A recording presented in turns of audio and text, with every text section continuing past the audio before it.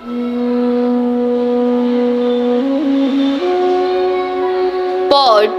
রবীন্দ্রনাথ ঠাকুর।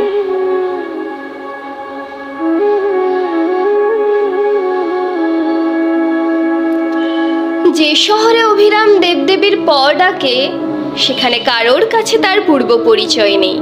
সবাই জানে সে বিদেশি। প ডাকা তার চিরদিনের ব্যবসা।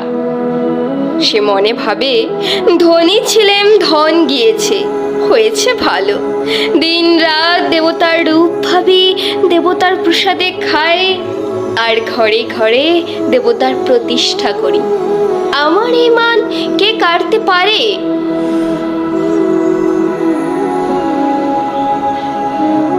এমন সময় দেশের রাজমন্ত্রী মারা গেল। বিদেশ থেকে নতুন এক মন্ত্রীকে রাজা আদর করে আনলে। সেদিন তাই নিয়ে শহরে খুব ধুম। কেবল অভিরামের তুলি সেদিন চলল না।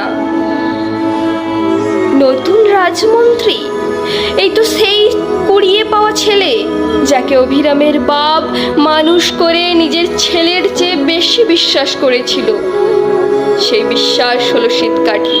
তাই দিয়ে বুড়োর সর্বস্ব সে হরণ করলে। সেই এলো দেশের রাজমন্ত্রী হয়ে।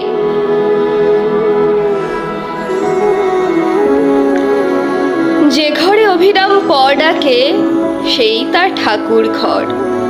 সেখানে গিয়ে হাত জোড়ো করে বললে, এই জন্যই কি এতকাল রেখায় রেখায় রঙে রঙে তোমাকে স্মরণ করে এলুম। এতদিনের বর দিলে কি এই অপমান?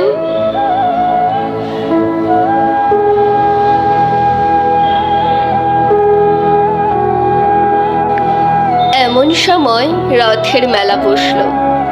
সেদিন নানা দেশের নানা লোক তার পট কিনতে এলো। সেই ভিড়ের মধ্য দিয়ে এলো একটি ছেলে। তার আগে পিছে লোক লস্কর। সে একটি পট বিছে নিয়ে বললে, আমি কিনবো। অভিরাম তার নফরকে জিজ্ঞাসা করলে, ছেলেটি কে? সে বললে, আমাদের রাজমন্ত্রীর একমাত্র ছেলে। অভিরাম তার পটের ওপর কাপড় চাপা দিয়ে বললে, বেচবো না। শুনে ছেলের আবদার আরো বেড়ে উঠল। বাড়িতে এসে সে খায় না, মুখ ভার করে থাকে। অভিরামকে মন্ত্রী থলি ভরা মোহর পাঠিয়ে দিলে। মোহর ভরা